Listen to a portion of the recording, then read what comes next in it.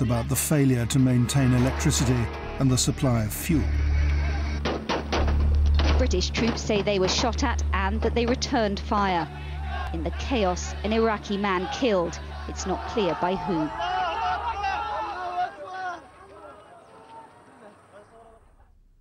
Sir Hilary Sinnott, a former ambassador to Pakistan, had just arrived to take charge in Basra as Bremer's representative for the Coalition Provisional Authority. Sir Hilary had been warned by an official in Whitehall responsible for Iraq. It's a bloody mess. It did seem from the field, and it's easy to say this from the field, that there wasn't a wartime approach to this in Britain. There was a wartime feel about it. In Iraq. In Iraq. But that didn't seem to be reflected in Britain. And of course, the fact was it was a deeply unpopular operation in Britain, and that gave quite a lot of scope for people to not put their hearts and souls in it. Just 4 officials were sent to CPA South to start with, even though it was responsible for 4 million Iraqis. Sir Hilary didn't get much help for his mission to win friends and influence people either. To give an example, I had no funds for entertaining sheikhs, even for a cup of tea. I simply wasn't aware of any planning in relation to the civilian aspects of Basra. My first challenge was to find a computer which I could use so that I could somehow communicate with London, because we had no phone lines.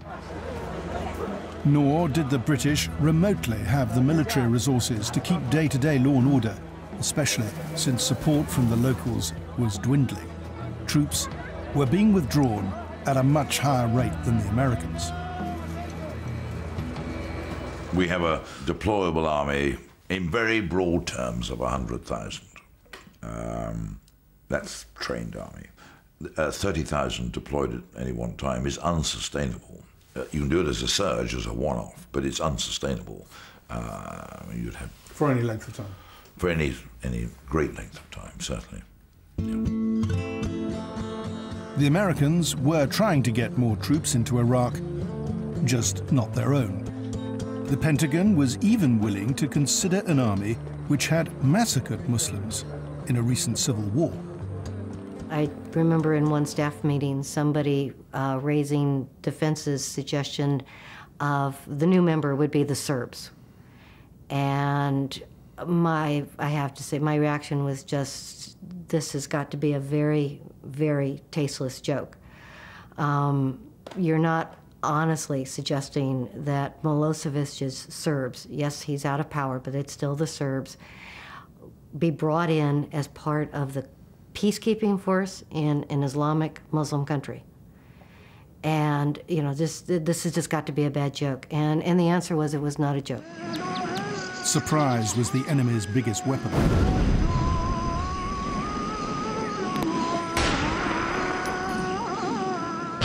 But the US military didn't have any new ideas how to turn the tables.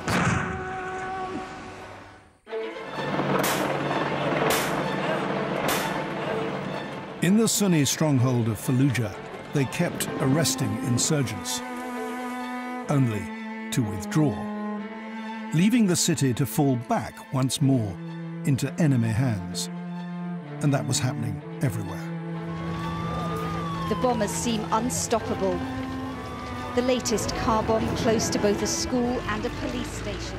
Until security was fixed, the foundations needed to rebuild in Iraq with durable democratic institutions couldn't be laid.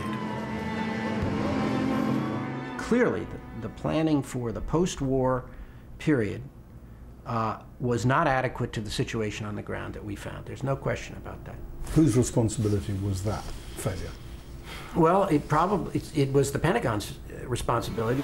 Freedom Radio, live from the big town, the most heavily armed staff on the air. The Americans were trying to spread freedom, but were themselves becoming more like prisoners.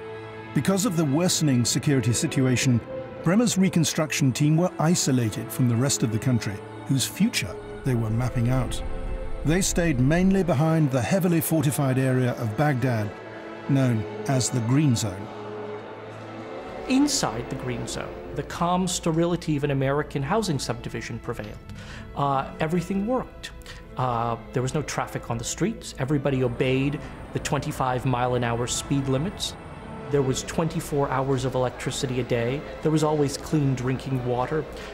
It was like an entirely different reality. It was a bubble, completely divorced from the real Iraq. The Bremer reconstruction plan did not lack for ambition. One proposal was to give Iraq a new postal zip code. Well, I mean, please, no. If we can feed people, if we can get them back to work, if we can give them a functioning economy, if we can perhaps give them clean water and electricity, I'm a happy little bunny.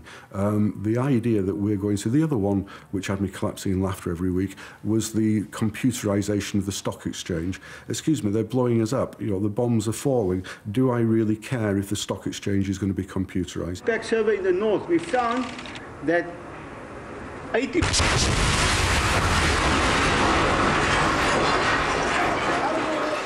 Massive bomb blast at the UN in Baghdad. At least 15 killed. It was clear right away that this had been a massive explosion. The UN's top envoy to Iraq is among the dead. At least 100 others are injured. With this devastating escalation of the violence in Iraq. As the crisis escalated, so did the seniority of British diplomats sent to try to sort it out. The third in 6 months was Sir Jeremy Greenstock. Mr. Blair had become increasingly frustrated at what Sir Jeremy described as American dysfunctionality.